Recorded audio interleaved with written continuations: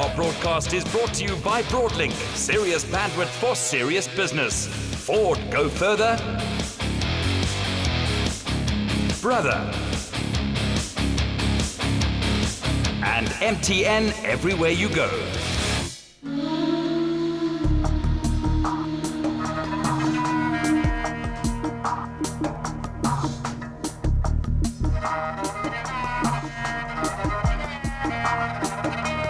This year's Dakar saw many surprises throughout, especially for all the South African competitors. With Riaan van Niekerk finishing 13th on his first attempt, Darryl Curtis in 32nd after sustaining a bad injury due to an accident, and Brett Cummings in 43rd position after helping a teammate for hours. In this episode, we catch up with the riders as they tell us their journey through the adventure of Dakar 2013. Well, you know, it's fantastic. It's been a whole year of preparation, and I was very happy to go back to Dakar with Riaan. And our sponsors enabled us to get some extra cash together. We bought a ride on the KTM factory team, and off we went, straight back to Lima. That's where we finished last year, and I was quite excited because there were millions of people there at the finish last year, and the atmosphere was the same. It was lively, and it really was exciting. Yeah, we went a couple of days early, 2 days early before the event. So I was quite fortunate that Mike from Broadlink came with us. So we strolled around Lima a little bit, and you know, I had a few days to relax and get all the jet lag out. But once the race started, you know, you're in a little bubble, and you don't see much other than the race because you start from the one bivouac and end at the next. So, and you're so busy with your road books and trying to organize your life for the next day that there's just no time for anything else. It was fantastic having Riaan along. You know, we've pretty much raced the whole racing career together. We've done everything, you know, the extreme enduros and 6 days, and you name it, we've done it. And now to go to Dakar was like the grand finale. It was really fantastic.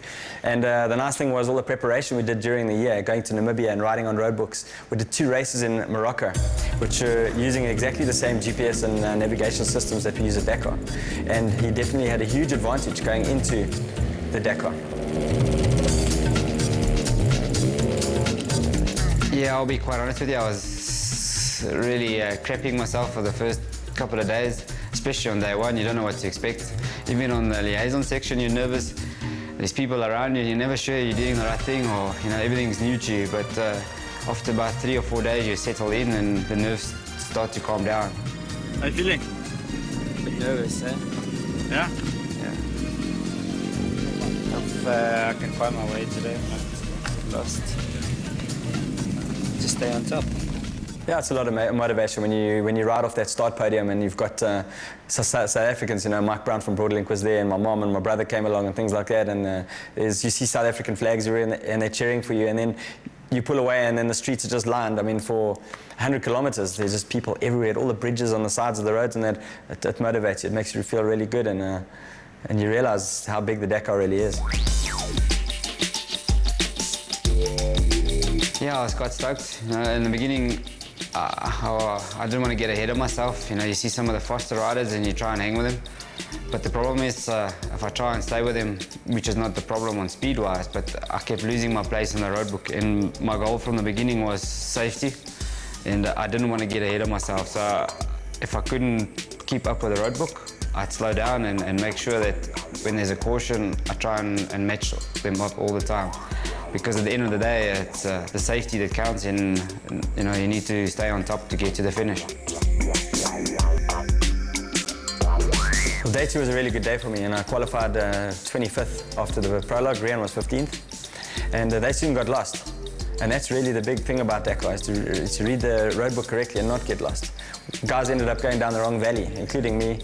That time I was riding with Helder Rodriguez, and as luck would have it, I saw him, he turned left, and he went over the next bank of dunes. He realized we were in the wrong valley, and I followed him. You know, everybody else was to the right of me. There was lots of dust down there, and I think that's where Riaan was as well. So I turned left, I followed Helder over the bank of dunes, and then soon enough the waypoint arrow popped up, and I knew I was right, and I was like, how did he know that? So this is the advantage. Those guys have got the experience. They've done it year in and year out, and they managed to figure out where. They look back in the road book, where did I get lost, and they go and find a good way. And I finished 6th that day. It was an amazing result for Curtis on stage 2, whilst van Niekerk was climbing the order. I started feeling more comfortable, especially on the bike and with the terrain. but I still make quite a few navigational errors. So the problem is running in about 15th position when you get into the dunes. The track just splits into 15 different directions, and then I start doubting myself, and that's where I need to learn to get more comfortable with this, especially on the caps, that you know that you're on the right route. And the problem is I ended up following some other riders, especially some of the top riders, including Cyril, and you think, no, they have to know where they're going after so many years of Dakar experience, but they still do make mistakes. And you know, I learned a valuable lesson there, that you need to trust your instincts and follow your own nose. Navigation is such an important factor in the Dakar, and even the top riders get lost. Darryl tells us more. Yeah, I was in a much better place than I was the year before. And starting 144th, I had to fight my way through all the dust and everything else on the Argentinian roads. I found myself now in the dunes. There's no dust, and you can see the next rider, and all of a sudden it just changes the whole game. The next day, a couple of riders in front of me got lost again. Beretta, Pedrero, those guys. David Castal started behind me, and we soon hooked up and rode together. He found the good way, I followed him, and we finished the stage. We opened the stage, first and second at the end. Cyril Dupre and Ruben Ferrier managed to pass us just before the end, and I thought, hey, I'm going to have another great day. And the results come out, and I think I was 18th for the third day, because everybody else behind us had followed our tracks and made up time on us. It's a very clever game you have to play at Dakar. They're very tactical.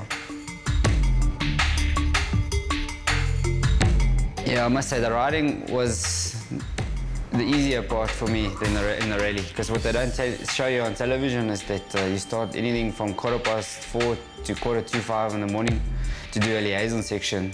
You know, anything from 200 to nearly 400 kilometers. And then you have to do your racing section, which could be anything also up to about 400 kilometers, and another 100 to the end. So you end up doing 850 kilometers on the bike for the day, and they don't show you that on television. So you arrive at the bivouac back 5, 6 in the afternoon. You have to go for a shower, give your bike to the mechanic, get your road book sorted, go eat, go riders briefing, and get to bed, you know. And then it's 10, 10:30. Wake up at 3, 3:30 again, and do all over again the next day. So the days are very short, you know, the nights at least, and they don't show you that. And after 2 weeks, it does catch up to you, and it's the secret of trying to keep a cool head and you know, not overexert yourself. Well, they say Dakar is the greatest adventure on earth, and it really is. You know, in between all the racing stages, you've got these massive long liaisons, and to put you in the picture, it's like riding on your bike from Johannesburg to Durban, and then racing on Off-Road National, and then riding another 100 kilometers back to Maritzburg, and you do that day in and day out for 15 days. And there's so much scenery to see on the way. You know, crossing over, when we crossed from Kalama to Salta, for example, we crossed over the Andes on a jeep track at 5,000 meters on a very, a not very well used road. And you know, you start seeing all those big cactuses and the different colors of the earth and things like that, and remote areas. It's really beautiful. You know, for the amount of money you pay for Dakar, you expect to have a nice hotel, nice bedroom, you know, good, good accommodation. But that's not the true story. You arrive from day one when you're in the bivouac. They got portaloos. You can imagine there's 3,000 people using the same portaloos. And the worst part is when you walk towards the dinner place, you need to walk past the portaloos, and the setup every day was the same. So you get the smell of the portaloos before you arrive wherever you need to eat. So already you've switched off. And then the showers is another thing. It's a cold shower. So I don't mind the cold showers because at least the conditions, it was warm, but after 15 days of cold showers, you just don't feel clean. And some bivouacs were so dusty that by the time you get out the shower, I don't even think you make it 10 meters past the shower, then you're back, you're just dirty again. And then the wind picks up, you can't see the next camp next to you, and there's just sand everywhere. You go sit down to eat, there's sand everywhere. Sand in your food, sand in your, just sand everywhere. The conditions are hard, but you know, I think like after a week, you just live with it and you don't even bother anymore. Everybody smells dirty and everything's full of dust, and you just get on with it. That's what it's been like here today. Are you having a pasta or sand? Oh, sand in the pasta. Return pasta, Everybody's looking a bit more grayer than normal with this sand. We had a sand sandwich. This is a sand sandwich, yeah. What are you eating today? Pasta and sand. Pasta? Some sand. Yeah. Dry bread roll? No, dry red roll with sand. Dry bread roll with sand? Yeah? The following stages, I had a bit of maintenance. You know, I was always around the 15th and 20th mark, and I was comfortable there. That's really where I belonged. I was happy, and I knew that consistency would pay off at the end of the day, as Riaan showed. You know, Riaan started coming through. I recognized his talent in Morocco already. He's got the whole package. To ride a rally, you have to be able to ride that big rally bike, you have to ride it smoothly, you have to be conservative, and you have to be a good navigator and follow the road book. And Riaan's got that whole package. He started coming through with better and better results slowly, and as I went along, I had a couple of little hiccups. You just have to get lost once, and you lose 10 places, and then you start the next morning in a slower group with guys that are less experienced and tend to get lost more. And Riaan got himself into a group slightly ahead of me with more experienced guys, and he managed to maintain that result throughout the Dakar. So he rode a fantastic race. Yeah, you know, the results was, we were a little bit blown away where we were lying, but, you know, it's a long race. You need to keep a cool head. You know, Darryl unfortunately had an accident on the last day, but he still managed to get to the end and push through. You know, the goal was for both of us to make it to Santiago, which we did. And I really admire him for pushing through and getting to the end. And I saw how much pain he had. But also, he didn't want to go in the camper van, which crossed the Andes. I think that was another excuse, because that was like I think an 8 or 9 hour camper trip across the Andes, and I don't think it was a pleasurable drive. When getting lost in the sand dunes, so much time can be lost or gained. Well, when we all got lost that day, it was the same thing. We went down the wrong valley. We went down a left riverbed instead of the right one. It got really technical at the end with a lot of loose rocks. It started raining. And you know, we got mixed up with all the pro riders were lost, everybody. It was, I was riding with Oliver Seta and Consalves. Oliver Payne, the race leader, he finished right behind me that day. I was 76th, he was 77th. I had 18 elite riders behind me. Now, the disadvantage that we had is we don't have yellow numbers. A yellow number is basically a rider that's recognized as an elite rider. So they've got an opportunity twice in the race to go and call it a joker. They can move up in the field. Oh, I had a bad day yesterday, guys. Can I start 20th? You can change your position. So there were 18 elite riders behind me. So instead of starting 76th the next morning, I started 94th. Riaan was supposed to start 37th, and he started 54th. And the next day was on the Argentinian roads. It was in the forest. We had a 450-kilometer special test divided into 2 parts, and it was dusty. And we had to take massive chances. I had a big crash on that day as well. I made up 61 positions on that day, but by taking massive risk. And this is one of the questions that we had is, you know, why did we not get any climbers? Because we were supposed to. Another hurdle for the riders to bear is the fesh. This being Riaan van Niekerk's first Dakar meant it was his first encounter with it. Yeah, it's very hard to explain the fesh. You know, Darryl's been telling me about the fesh for a whole year, you know, how bad it is. The first couple of days, I saw fesh on my road book, but I didn't think anything of it. I think it was day 4 or 5 in Peru. Probably 10 kilometers from the start, we really I had my first encounter with fesh. It's a bit like a swimming pool filled with baby powder or even cement powder. You can't see it, it looks rock hard, but as soon as you ride into it, it's just powder and it just goes in everywhere. You can't even control the bike. It just, whatever happens when you hit the stuff. And yeah, I had my first crash in it. Not too pleasant, but you know, you don't get too hurt. It's just powder everywhere. But yeah, that was my first encounter with fesh. Unfortunately, accidents do happen in a race like this, and with 4 stages to go, Darryl Curtis had a massive accident early into the stage. He tells us more. You know, it was fantastic to have Riaan and myself both inside the top 20. Riaan at that stage was lying 14th and I was lying 17th. It was on the day to Fiambala. Fiambala is notorious for taking competitors out. It's a very rough stage. There's lots of sand, and it's traditionally a very hot day, very dry, soft sand. All the cars get stuck, and it's normally, last year it was before the rest day. This year I'd come across Dave Reeve. He'd had a crash at the 140 kilometer mark and broken his leg, so I stopped with him briefly. he was taken care of. And as I took off again, there was a Brazilian rider that I'd been riding with quite a bit. And I just tried to bridge the gap between me and him. And I missed a triple caution danger in my road book. And I had a monster crash. I landed upside down on my head. The bike hit me. And as I lay there, I couldn't breathe. And eventually I got up and I got going. And I knew that I'd heard something. I literally rode back to the bivouac, the last 70 Ks out of the special in first and second gear. I knew my shoulder was sore, my back was sore. I wasn't in a good space. And when I got back that night, I went off to the medics, went for x-rays and everything else, but they only x-rayed my shoulder. I later found out when I got home that I've actually fractured 2 vertebrae in my back and torn ligaments in my shoulder. And I didn't think I was going to start the next morning. When I woke up the next morning, the KT mechanics luckily had prepared my bike for me. We had to wake up at 3:30. It was a crossing of the Andes. And we had to start off with a 400-kilometer liaison section and a 319-kilometer racing stage after that. And I was in tremendous pain. I took too many painkillers. When I went for breakfast, I came back, I couldn't find my pits. I was in a bit of a dwell. But I got on the bike and I rode the liaison section. Incredible pain. I could hardly hold on to the bar. As I went on, my shoulder started loosening up a little bit.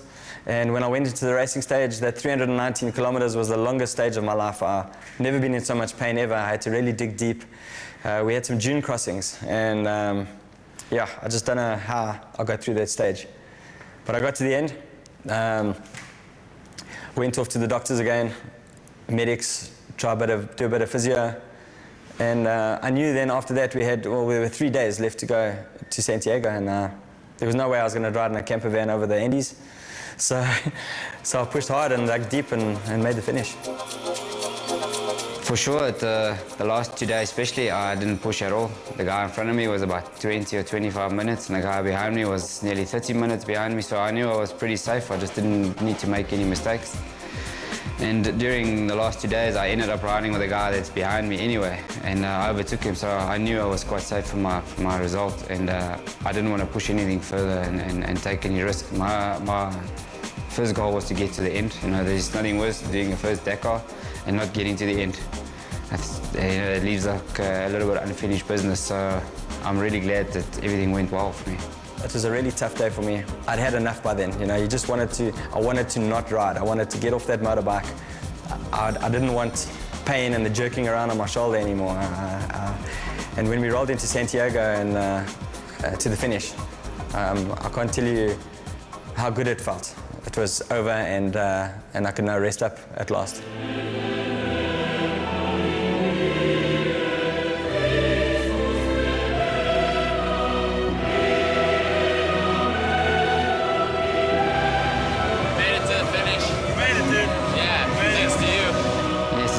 Feeling, and I can't describe it, but it's been a whole year to get there, and especially with myself and Darryl pulling over the finish line together, it's a really great feeling, and you know, I'm happy for both of us to make it to the end. The big question is, would they be back for another Dakar? Sure, Dakar 2014, I don't know. I'm going to lick my wounds a little bit. We've got to go get all the sponsors together, chat to them and chat to Riaan and see which direction we're going to take, but I will be back at Dakar. Sooner or later. For sure, it's you know, I think it's a bug's bitten a little bit. It was a good experience for me. I like the road book and the way the race was run. Yes, it's dangerous. The Dakar is a new challenge and I quite enjoy it. Broadlink were the proud headline sponsor of the team. We spoke to marketing manager Nicole van Niekerk of their experience. I think firstly, Broadlink is a company that's very passionate about sports and very passionate about developing sports people in our country. So for us, we've been involved in off-road biking for a couple of years, and really what that meant is, as a sponsor, we not only got to had the opportunity to be involved in a great platform for our brand, but it also meant that we could make a significant difference to a particular sport in the country. By extending that to our Dakar sponsorship, in 2012 that was with Darryl, and then we had the opportunity, which we jumped at, to also sponsor the KTM factory team of Darryl and Riaan in 2013. I think that gave us a really good platform to show our brand, showcase our brand, and also support a truly South African team, and get top riders like Riaan and Darryl out there and competing globally. They might have had the opportunity prior to this. I think that's given us quite a pride in what we've done. I think we were all watching with bated breath. Internally in the office, we sort of rotated all the emails that went round, and we said, you know, how are the guys doing? And everyone wanted to know how Darryl and Riaan were doing. When Darryl hurt himself, we were all devastated, but we just saw Riaan going from strength to strength as he went through the race, and we were so immensely proud. And I think, you know, the knock-on effect of that is we've spoken to each of our team members, our whole company has spoken to their families and gotten them involved, and we've just seen an immense support. We've been really proud and very lucky to have such good spokespeople. Riaan and Darryl did us very, very proud, and well done, guys. Glenn Grundy and Brett Cummings were also there to fly the South African flag. Due to mechanical problems, Glenn Grundy had to retire after just 2 days. However, Brett Cummings finished the race in an impressive 43rd position. Basically started going to, or making plans to go to the 2011 Australasian Safari, and I had a big crash at the National just before that event and was unable to participate. And then that entry got rolled over to the following year. But in the process, Glenn Grundy was also involved in going to the 2011 Australasian Safari. He competed, injured himself. But then we started a relationship with the Australian-based company called GHR Honda, and set up a deal with them to take us to Dakar, and we fought our entry to ASO with Dakar, and we were accepted in July of 2012. At the Australasian Safari, Brett Cummings won the Dakar Challenge, giving him a free entry into the 2013 Dakar. Well, I wasn't exactly sure what the Dakar Challenge was at that point in time. We'd already been accepted, as I said, to compete at Dakar. But went to the Australasian Safari, entered the Dakar Challenge, and you know, I took nothing of it. I thought, give it a go. And by about day 4 or so, my chances started looking a bit better at winning the Dakar Challenge, and it was, regardless, better than even winning the event overall, because it had more value to it. You don't want to go and mess things up. You take it really easy. The bike was new to us, and you know, you were just unsure of the way in which they marked the road book. So took it really easy, made sure we finished the stage, and just the experience of all the crowds was mind-blowing. Brett tells us of the troubles of Glenn Grundy's stage. His bike had a few small issues leading up to the start of the event. It got a bit hotter than the rest of the bikes on the prologue, with a 13K special stage of stage 1. And the guys looked into it and you know, didn't really find anything. And the assumptions to that are that the bike overheated on the racing stage of stage 2. He was through the dune section, so it wasn't that the bike was struggling or anything like that. He was on a pan or something, and the bike just lost compression and didn't go anymore. First of all, I think it was stage 4 was a bit of a challenge. It was really spectacular. The dunes were mind-blowingly big, and the scenery was unbelievable. And I came across one of the other competitors in our team, Todd Smith, number 156, and he had also broken down. So it wasn't having a good track record for the team. Obviously, you get a bit nervous with regards to it, and assisted him a little bit with no success, and then went about 2Ks down the road. I thought, you know, there's only 30Ks left of the stage. Let me turn around and go and see if he's willing to get towed out and give it a go. So we thought we'll give it a go and carry on down the road and just see how far we get. It proved to be a bit of a challenge, and eventually made it to the end of the stage. A lot of sand, a lot of climbing out of the dunes and getting helped with spectators and locals. And I lost a fair amount of time. So that puts you way back in the field. And then it's a catch-up game. I got back 7:30 that night into the bivouac, didn't get to riders briefing, missed out on a few critical changes to the road book for the next day, and that just compounded, and I lost another 45 minutes because I didn't get those changes to the road book done. From there on, it was a slow catch-up, but once I got into the pace that suited my riding style, things went a lot better and I really started enjoying myself. A lot of preparation goes into being able to finish the race. We found out what some of the challenges were. The biggest thing is it's not a very difficult race. There's no serious technical difficulties that I experienced. Fitness was really good. There are a few things that I would do differently with regards to preparing for it, but all in all, we were generally really well prepared for it, except there is no preparation for sleep deprivation. I'd love to do a Dakar, another Dakar, and rather sooner than later. Hopefully by having gone there and being successful in finishing and having a reasonable result, I'm hoping it'll be a bit easier to get some sponsors on board, and absolutely love to go back again in 2014. A huge congratulations to all our South African and African riders. You did our continent proud. This broadcast was proudly brought to you by Broadlink, serious bandwidth for serious business. The all-new Ford Ranger, brother at your side, and MTN.